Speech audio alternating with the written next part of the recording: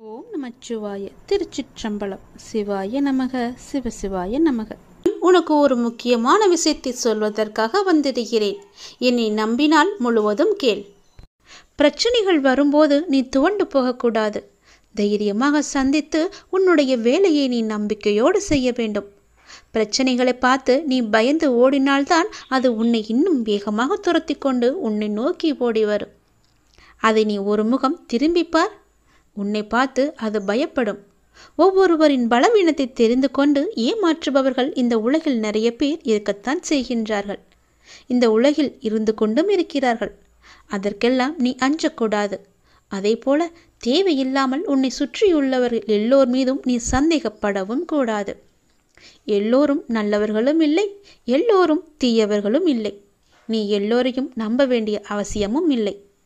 யார் எப்படி என்று தெரிந்து கொண்டு ஓரளவு தூரத்துடனே எல்லாரிடமும் பழகிக்கொள். எல்லோரையுமே ஒரு அளவுடன் வைத்துக்கொள். எல்லோருக்கும் நீ சமமாக நினைக்காதே. நம்பிக்கையோடும் நேர்மையோடும் உண்மையாகவும் வாழ்பவர்களுக்கு தீங்கு விளைவிக்கும் எண்ணத்தோடு இருப்பவர்கள் தானாகவே அவர்கள் வாழ்விலிருந்து விலகும்படி அவர்களின் தீய செயல்களை அதை செய்துவிடும். எனவே நீ அமைதியாக இரு. உன்னுடைய மனதுக்கு தெரியும் நீ யார் என்று, நீ எப்படிப்பட்டவன் என்று. அதே போல உனக்கு எதிரி நிற்பவர் சரியான நபர்தானா, நல்லவரா கெட்டவரா என்று அறிந்து கொள்ள வேண்டியது உன்னிடம் மட்டுமே இருக்கின்றது. சூழ்நிலைக்கு ஏற்ப அனுசரித்து தான் போக வேண்டும். எப்போது எதிர்கொள்ள வேண்டும் என்பதை தெரிந்து நீ வைத்துக்கொள். உன்னை ஒருவர் மன ரீதியாகவும் உடல் ரீதியாகவும் துன்புறுத்தினால் அதன் ஆரம்ப நிலையிலேயே நீ அதை தடுக்க வேண்டும். இல்லாவிட்டால் பேரிழப்பிற்கு அதுவே வழிவகுத்துவிடும். யார் எது சொன்னாலும் நீ நம்பி விடாதே. நீ உன் காதால் கண்ணால் பார்த்தால் மட்டுமே நீ நம்ப வேண்டும். அவர் சொல்கிறார்கள் இவர் சொல்கிறார்கள் என்ற எண்ணத்தோடு யாரிடமும் சென்று வீண் வாக்குவாதத்தில் ஈடுபடாதே. அவர்கள் சொல்வது உண்மையாக இருக்கலாம் அல்லது பொய்யாக கூட இருக்கலாம் அல்லவா? வீணாக அடுத்தவர் மீது பழி போடும் எண்ணத்தோடு கூட அவர் உன்னிடம் சொல்லலாம். அதனால் எதை பற்றியுமே நீ சிந்திக்காதே. நீ பார்த்தாய் என்றால் மட்டும் கேள். நீ கேட்டாய் என்றால் மட்டுமே அதில் நீ விளக்கம் தேர்த்துக்கொள். அப்படி அது உனக்கு பெரிதாக இல்லை என்றால் அதை அப்படியே விட்டுவிடு. எதை பற்றியுமே சிந்திக்காதே. கடவுள் இருக்கிறார், எல்லாவற்றையுமே பார்த்து கொள்வார் என்ற நம்பிக்கையோடு அதை விட்டு நீ தூரமாக போய்விடு. அதை பற்றிய சிந்தனையே உனக்கு வரக்கூடாது. எதற்கும் நீ கவலை கொள்ளாதே. இந்த நிலை கூடிய விரைவாகவே மாறும். நிச்சயமாக நல்ல ஆரோக்கியத்துடன் எல்லா செல்வ வளங்களையும் பெற்று சிறப்பாகவே மகிழ்ச்சியாகவே சந்தோஷமாகவே உன்னுடைய வாழ்க்கையை நீ வாழப்போகின்றாய். அதற்கான காலகட்டத்தை எல்லாம் நீ நெருங்கிவிட்டாய். இனி உன்னுடைய வாழ்வு நல்லதாகவே இருக்கப் போகிறது, நன்மையாகவே இருக்கப் போகிறது. யார் என்னை எதிர்த்து பேசினார்களோ அவர்களே உன்னை பார்த்து வியக்கும் வண்ணம் நான் உன்னை வாழ வைக்கப் போகின்றேன். நான் சொல்வது போலவே செய்து கொள். நான் சொல்வதை உனக்கு அலட்சியமாக வேண்டாம். அதை நீ பொறுமையாக கேட்டு நான் சொல்வது போலவே செய்தால் உன்னுடைய வாழ்க்கை மிக சிறப்பாக இருக்கும். எதிர்காலத்தை நினைத்து நீ பயப்படுகின்றாயா? பொருளாதாரம் முன்னேறவில்லை என்று கவலைப்படுகின்றாயா? உனக்கு தேவையான விஷயங்கள் அது அதற்கான காலகட்டத்தில் உன்னை வந்து சேரும். அதை பற்றி நீ கவலைப்பட தேவையில்லை. உன் பொருளாதாரம் நன்றாகவே இருக்கும். கவலை வேண்டாம். நான் உனக்கு துணை இருக்கும்போது உன்னால் முடிந்த சிறு சிறு உதவிகளை மற்றவர்களுக்கு நீ செய்து வா. அடுத்தடுத்து உன்னுடைய பொருளாதாரம் நிச்சயம் மேன்மையில் முடியும். உன் வாழ்க்கை இப்போது என் கையில் இருக்கின்றது. அதை நீ நம்ப வேண்டும். உன்னை நிச்சயம் நான் உயர்த்தி காமிக்கின்றேன். உன்னோடு நான் இருப்பதை எப்படி நீ அணு அணுவாக உணர்ந்து கொண்டாயோ அது போலவே உன்னை அணு அணுவாக உயர்த்தி மிக பெரிய உயரத்தில் நான் வைக்கப் போவதை நீ காணப் போகின்றாய். உன் புகழ் உயரும், உன் உள்ளம் குளிரும். அந்த நல்ல நாளை இந்த ஆண்டில் நீ நிச்சயம் காண்பாய். எது நடந்தாலும் எல்லாமே நன்மைக்கே என்று நீ எடுத்துக்கொள்கின்றாய் அல்லவா? அந்த எண்ணத்திற்கே எல்லா நன்மையும் உனக்கு வந்து சேரும். நீ எப்போதும் உண்மையாக இருக்க முயற்சி செய்கின்றாய். ஆனால் எல்லோரும் உன்னிடம் உண்மையாக நடந்து கொள்ளாவிட்டாலும் உன் உண்மை அவர்களை நிச்சயம் மாற்றும். உன்னை அனைவரும் அவர்கள் மதிப்பார்கள். கவலையப்படாதே. நான் உன்னை உயர்த்தி காமிக்கின்றேன். எது நடந்தாலும் அப்பா இருக்கிறார் என்ற நம்பிக்கையோடு இரு. நான் உன் வீட்டிற்கு வந்து உன்னுடனே தங்கிவிட்டேன். என் வரவால் நீ இதுவரை சந்தித்த வந்த வேதனைகள் எல்லாம் எப்படி காணாமல் போனது என்று நினைத்து வியக்கும் அளவிற்கு நிச்சயம் உன்னுடைய வாழ்வில் பல நல்ல நல்ல மாறுதல்கள் எல்லாம் நடைபெறும். இனி ஒவ்வொன்றாக அது உனக்கு தெரிய வரும். வாழ்க்கையில் பல அற்புதங்கள் நிகழப்போகின்றது. எல்லாமே எனக்கு தெரியும் என்ற நம்பிக்கையோடு என்னிடம் ஒப்படைத்துவிட்டு எல்லாமே என் அப்பாதான் என்று இருக்கின்றாய் அல்லவா? நிச்சயம் நான் உன்னை கைவிட மாட்டேன். என் நிலைமை மாறவில்லையே, நானோ நீயே என்று கதியின்றி இருக்கின்றேன். உனக்கோ என்னை கவனிக்க நேரமில்லை என்று நீ புலம்புகிறாய். ஒரு நாள் இந்த வாழ்க்கை எனக்கு பிடித்த மாதிரி மாறும் அப்படி என்கின்ற நம்பிக்கையில் நீ ரொம்ப நாட்களாகவே வாழ்ந்து கொண்டு இருக்கின்றாய். அந்த ஒரு நாள் உன் வாழ்க்கையில் வெகு விரைவாக வரப்போகின்றது. அதை நான் உனக்கு பரிசாக தரப்போகின்றேன். அந்த பரிசோடு இந்த நாளை நீ மகிழ்ச்சியோடு கொண்டாடு. உன் மகிழ்ச்சியான முகத்தை நான் காண விரும்புகின்றேன். என் மீது நீ அளவற்ற பக்தி கொண்டிருக்கின்றாய். கண்மூடித்தனமான நம்பிக்கை வைத்திருக்கின்றாய். தெய்வீக சக்தி அதிகம் இருக்கிறது என்று நம்புகின்றாய். அது எதுவுமே பொய்யாகாது தங்கமே. உனக்கு தேவையான சக்தி தந்து உனக்கான அந்த நல்ல நாளை நான் உன்னிடம் ஒப்படைக்கப் போகின்றேன். நிச்சயம் அதற்கான நல்ல அறிகுறிகள் எல்லாம் உன் கண்ணில் தெடும்படி நான் அமைத்து தருகின்றேன். நீ நல்லதாய் நினை, உனக்கு நல்லதே நடக்கும். சில நேரம் நீ மிகவும் மகிழ்ச்சியாகவும் சுறுசுறுப்பாகவும் இருக்கின்றாய். சில நேரமோ மிகவும் சோர்ந்து போய் கவலையில் மூழ்கின்றாய். எப்பொழுதும் உன் மனதை நீ சுறுசுறுப்பாக வைத்துக்கொள்ள என்னுடைய நாமத்தை மட்டும் நீ உச்சரித்து கொண்டு இருந்தாலே போதும். என்னுடைய நாமமானது உனக்கு எப்போதும் உதவியாக இருக்கும். எந்த நேரத்திலும் உனக்கு துணை இருந்து கொண்டே இருக்கும். என் நாமத்தை மட்டும் நீ சொல்லிக்கொண்டே வரும். தை மாதத்தில் உன்னுடைய இல்லத்தில் ஒரு நல்ல நிகழ்வு நடப்பதற்கான அறிகுறிகள் உனக்கு தென்படும். அது தொடர்பான முடிவுகள், பேச்சுவார்த்தைகள் எல்லாம் நடக்கப் போகிறது. உன்னுடைய எண்ணத்தில் நேர்மறை சற்று குறைந்தாலும் நேர்மறை எண்ணங்களை விடாமல் பிடித்துக்கொள். நீ நன்மைகள் நிச்சயமாக நடக்கும். உன்னுடைய மனதை மகிழ்ச்சியாக வைத்துக்கொண்டு நீ செய்யும் செயல்கள் எல்லாம் நிச்சயம் நல்ல பலனை தரும். அப்படியே உன் மனதை நேர்மறையாகவே வைத்துக்கொள். உன் இல்லத்தில் மகிழ்ச்சி என்றுமே நிலைத்திருக்கும். உன் மன கதவு எல்லாமே திறக்கப் போகிறது. தடைப்பட்ட கதவுகள் எல்லாம் திறந்து உன் வாழ்க்கைக்கான நல்ல நல்ல மாறுதல்கள் எல்லாம் நடைபெறும். நான் தரும் பரிசோடு இந்த நாளை நீ தொடங்கிப்பார். உன் வாழ்க்கையில் பல நல்ல நல்ல விஷயங்கள் எல்லாம் இந்த ஆண்டில் உனக்கு நடைபெறும். என் பரிசோடு இந்த நாளை தொடங்கு. எல்லோருக்கும் எதிரிகள் இருக்கத்தான் செய்வார்கள். அதுபோலவே உனக்கும் எதிரிகள் இருக்கிறார்கள். உன்னை அழிக்கும் 3 எதிரிகள் இருக்கின்றார்கள். யார் என்று சொல்கிறேன் கேள். அவர்கள் உன்னை நிம்மதியாக வாழவிடக்கூடாது என்று நினைக்கின்றார்கள். அவர்களை நீ உடனே பார்த்து கண்டறிந்து உடனே அழித்துவிட்டால் உன்னுடைய வாழ்க்கை நிம்மதியாக இருக்கும். யாரும் உன்னை நெருங்கக்கூட முடியாத அளவுக்கு நீ உன்னை தயார்படுத்திக்கொள். உன்னை அழிக்கும் 3 விஷயங்கள், அதாவது 3 நபர்கள் யார் என்று சொல்கிறேன். நான் என்கின்ற ஆணவம், அவனா என்ற பொறாமை, எனக்கு என்கின்ற பேராசை. இந்த 3 பேர்களும் தான் உன்னை அழிக்கும் முதல் எதிரி. இந்த 3 நபர்களையும் நீ அழித்துவிட்டால் உன்னை தோற்படிதற்கு யாருமே கிடையாது.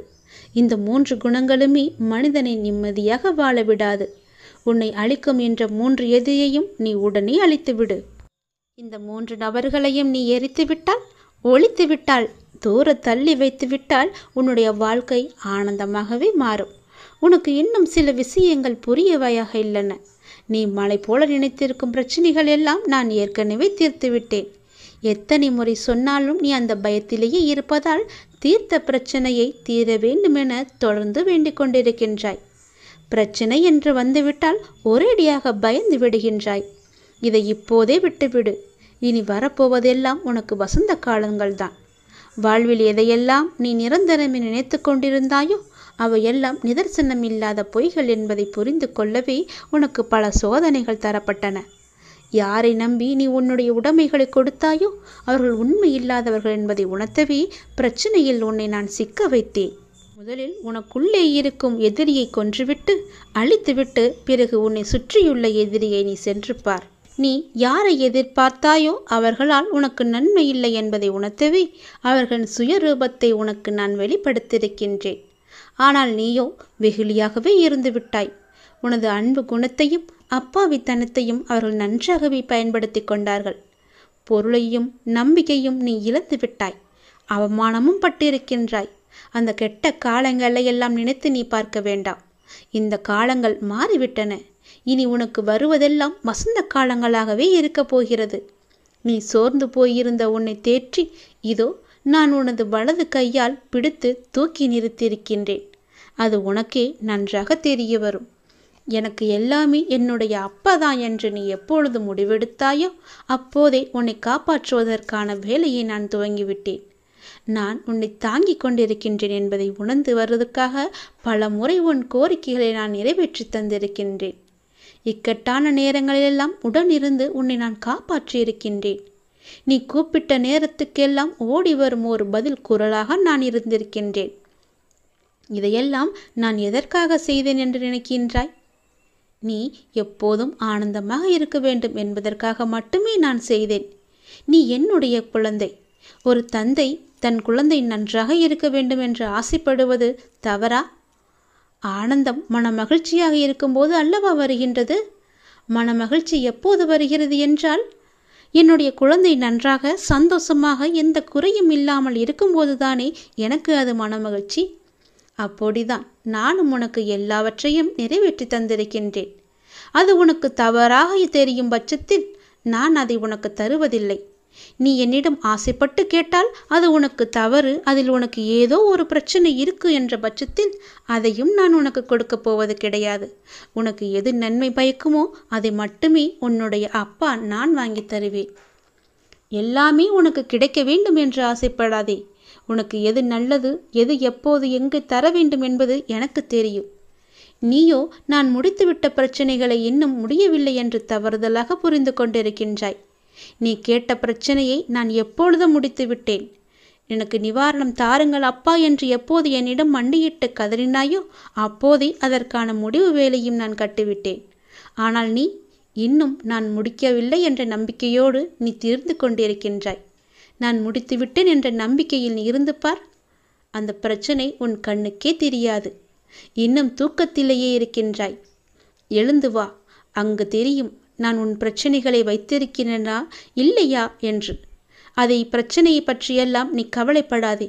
அதை தூக்கி உன் மனதிலிருந்து எரிந்துவிடு. அப்போது நீ கலக்கமடைய மாட்டாய். மனிதனாக பிறந்தால் எல்லாவற்றையும் அனுபவித்துதான் தீர வேண்டியிருக்கிறது. நீ ஆனந்தமாக இருக்கும்போது உனக்குள் தைரியம் பிறக்கும், தன்னம்பிக்கை பிறக்கும், எதையும் சாதிக்கலாம் என்ற உற்சாகம் பிறக்கும். உன் வேண்டுதல்கள் எல்லாம் பலிக்கும். உனக்கு எல்லா சூழ்நிலைகளிலுமே உன்னுடைய அப்பா நான் இருப்பேன். கவலை கொள்ளாதே, எல்லாமே நிச்சயம் மாறும். நல்ல எண்ணங்களுடனும் பிரார்த்தனைகளுடனும் உங்கள் நாட்களை நீங்கள் தொடங்குங்கள். நல்லது மட்டுமே நடக்கும் உங்களுக்கு. கற்றுக்கொண்டே இருப்பவர்கள் தோற்று போவதில்லை. கற்பித்து கொண்டே இருப்பவர்கள் சோர்ந்து போவதில்லை. விதையில் நல்லது எதுவென யாருக்கும் தெரியாது. விளையும் போது நல்ல உரங்கள் தான் நல்ல விளைச்சலை நமக்கு தருகிறது. வளரும்போது நல்ல பாடத்தை கற்றால் வெற்றி நிச்சயம். தனக்கு என்ன தெரியும் என்பதை விட குழந்தைகளுக்கு என்ன தெரியும் என்பதை கூறுவதிலே மகிழ்ச்சி கொள்கின்றனர் நம்முடைய அம்மாக்கள். தனக்கு பிடித்ததை விட குழந்தைகளுக்கு என்ன பிடிக்கும் என யோசித்து வாங்குவதிலேயே மகிழ்ச்சி கொள்கின்றனர் தந்தைகள். நம்முடைய அப்பாவும் அம்மாவும் யார்? நம்முடைய சாயப்பா தானே. நமக்கு தந்தையாகவும் இருக்கிறார், நமக்கு தாயாகவும் இருக்கிறார். நீங்கள் எதில் சிறந்தவராக இருக்கிறீர்களோ அதை எண்ணி எண்ணி அவர் மகிழ்ச்சி அடைகிறார். எல்லோரிடமும் போய் சொல்லி உங்களை அவர் பிரபலப்படுத்துகிறார். பிள்ளைகளின் தகப்பனாக தனக்கு பிடித்ததை விட குழந்தைகளுக்கு என்ன பிடிக்கும் என யோசித்து வாங்கி உங்களை அவர் மகிழ்ச்சியில் ஆட்கொள்ள வைக்கிறார். பாபா எப்போதும் உங்களுக்கு நல்ல ஒரு பெற்றோராகவே இருந்து கொண்டிருப்பார். அன்பின் வடிவம் பல கோணத்தில் வரலாம். ஆனால் உண்மையான அன்பு உருவத்தில் மட்டுமே உருவாகுவதில்லை, உங்களுடைய உள்ளத்தாலும் உருவாகுகிறது. அப்பா உங்கள் மீது எப்போதுமே அன்பு கொண்டவராக இருக்கிறார். உங்களுக்கு அனைத்து சோதனைகளும் உன் மன வேதனைகளும் இன்றுடன் உன்னை விட்டு மறைய போகிறது. உன் எதிர்கால வாழ்க்கை நீ எதிர்பார்ப்பது போல அமைய போகிறது. அப்பா உங்களுக்கு எதிர்கால வாழ்க்கையை சிறப்பாக அமைத்து தருகிறேன், சிறப்பாக அமைத்திருக்கிறேன். அதில் நீ சென்று வாழப்போகிறாய். சூழ்நிலைக்கு ஏற்ப வாழ்க்கையை அமைத்து கொள்வதுதான் வெற்றிகரமான வாழ்க்கையின் பூரண ரகசியம். இந்த உண்மையை உணர்ந்தவர்கள் வாழ்வில் நிச்சயமாகவே வெற்றி பெறுவார்கள். உனக்கு வரும் பிரச்சனைகள், கஷ்டங்கள் எல்லாவற்றையுமே தூரத்தில் நின்று ரசித்து பழகு. அதை நீ கிட்ட வர வைக்காதே. கிட்ட வர வைத்தால் உனக்கு தான் கெடுதல். தள்ளி நின்று பார்க்க நீ பழகிக்கொள். தள்ளி நின்று பார்க்கும்போது அது உனக்கு மிக சாதாரணமாக தெரியும், மிக சிறியதாக தெரியும். கிட்டே வரும்போது தான் அது உனக்கு பெரிய பூதாகரமாக இருக்கும். அதற்கான தீர்வு காண்பதும் மிக கடினமாகிவிடும். அதனால் எல்லாவற்றையுமே தூர இருந்தே பார்க்க பழகிக்கொள். அப்போதுதான் அது உனக்கு எளிதாக தெரியும். நான் மகிழ்ச்சி அடைய என்ன இருக்கிறது என்று கேட்காதே. உனக்கு எல்லாமே மகிழ்ச்சியான சூழலாக இனி ஒவ்வொன்றாக அமையப் போகிறது. இனி எல்லாமே நல்லதாகவே நடக்கப் போகிறது. பல வெற்றிகள் உனக்காக காத்து கொண்டிருக்கின்றன. நீ எதிர்பார்த்தது நிச்சயமாகவே நடைபெற நான் உன்னை ஆசீர்வதிக்கிறேன். நீ நன்றாகவே இருப்பாய். அப்பாவின் செயல்களை அறிவது கடினம். ஆனால் ஒன்று மட்டும் உண்மை. அப்பாவின் செயல்களில் ஒரு உட்பொருள் இருக்கும். அவரை நம்பும் பக்தர்களை அவர் என்றுமே கைவிட மாட்டார் என்று நீங்கள் நம்ப வேண்டும். அப்பாவின் விருப்பப்படியே அனைத்துமே நடக்கிறது. சில நிகழ்வுகள் நமக்கு கெடுதல் என நினைப்போம். ஆனால் கடைசியில் அது நன்மையாகவே முடியும். அப்பா எது செய்தாலுமே அதில் நன்மை இருக்கும் என்று நீங்கள் முதலில் நம்ப வேண்டும். அப்பா நான் கேட்டதையெல்லாம் கொடுக்கவில்லை என்று நீங்கள் யோசிக்கலாம். அதில் ஒரு தீமை இருப்பதால் தான் அதை தட்டி இருக்கிறார் என்று நீங்கள் நினைத்து கொள்ளுங்கள். புண்ணியங்கள் அனைத்துக்கும் தலையாயது நன்றி பாராட்டுவது என்று ஏற்கனவே நான் சொல்லியிருக்கிறேன். அதனால் உங்களுக்கு யாரேனும் உதவி செய்தால் அவர்களுக்கு உடனே கூச்சமில்லாமல் உடனடியாகவே நன்றி சொல்லிவிடுங்கள். அதனால் நீங்கள் எந்த அளவிலும் குறைந்து போக மாட்டீர்கள். வாழ்க்கையில் உன்னை சுற்றி இருப்பவர்களை பற்றி கொஞ்சம் யோசித்துப் பார். யோசித்து பழகு. அவர்கள் யார், உனக்கு நல்லவர்களா தீயவானவர்களா என்று யோசித்து அவர்களிடம் நீ பழகு.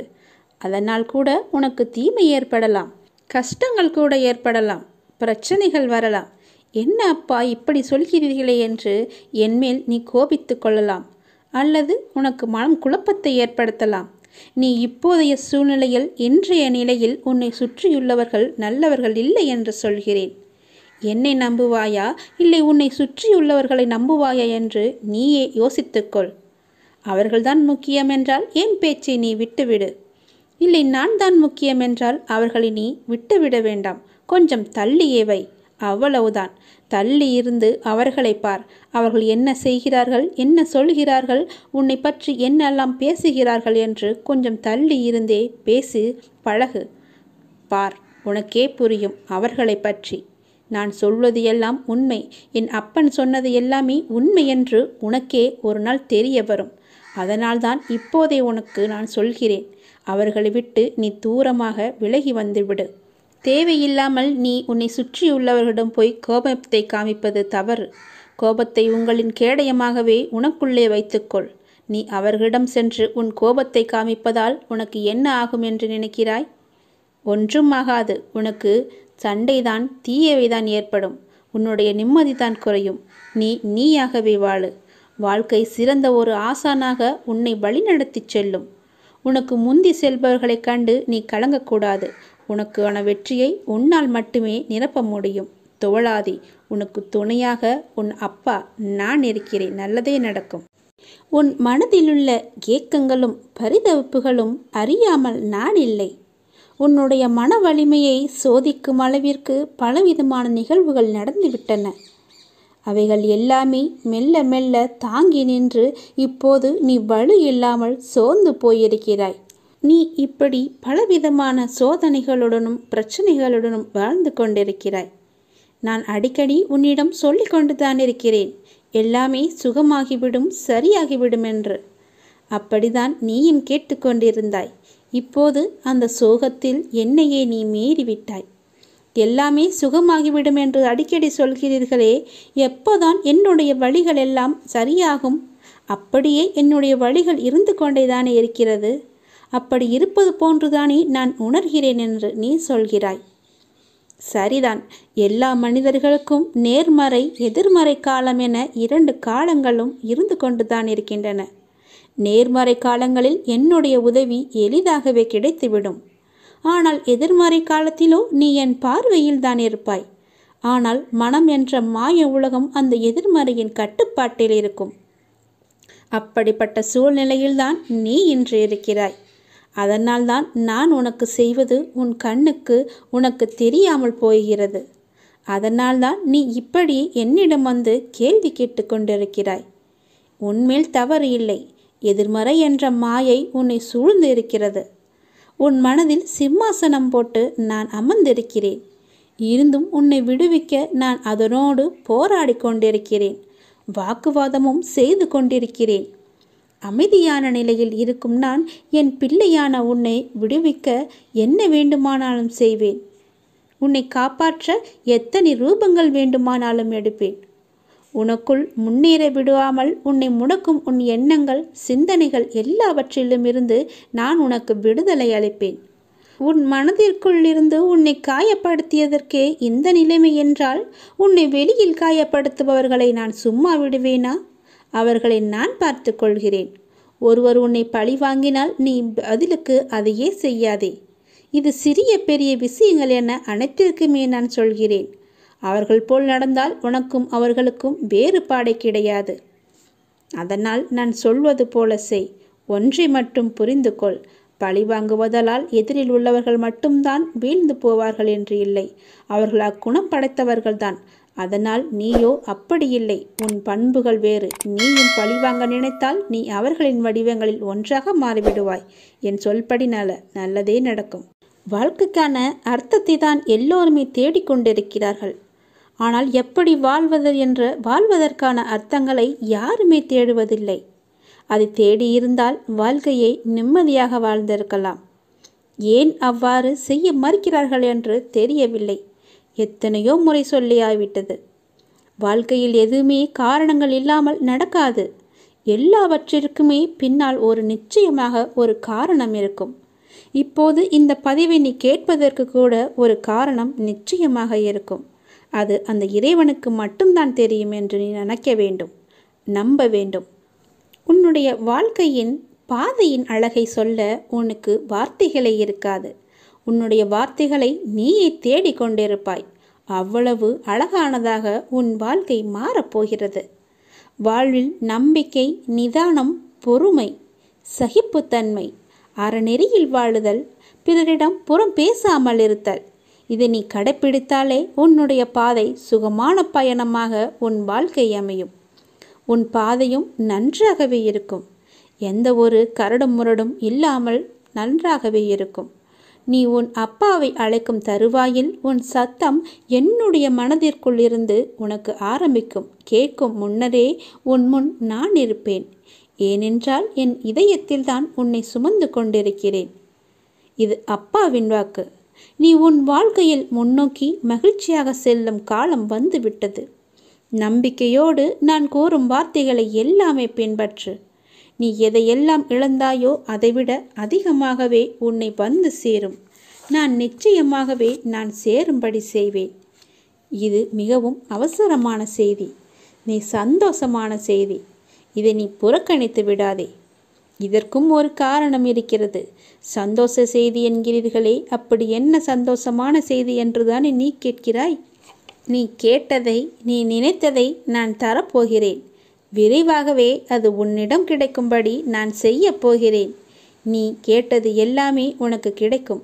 என்னிடம் வெகு நாட்களாக கேட்டுக்கொண்டிருந்தாய். புத்தாண்டு அன்று என் ஆலயத்திற்கு வந்து என்னிடம் ஒன்று கேட்டாய். அது உனக்கு ஞாபகம் இருக்கிறதா என்று பார். அதைதான் நான் உனக்கு இப்போது தரப்போகிறேன். அதற்கான காலம் கனிந்து விட்டது. காய் கனியாகி பழம் பழுக்கும் நேரம் வந்து விட்டது.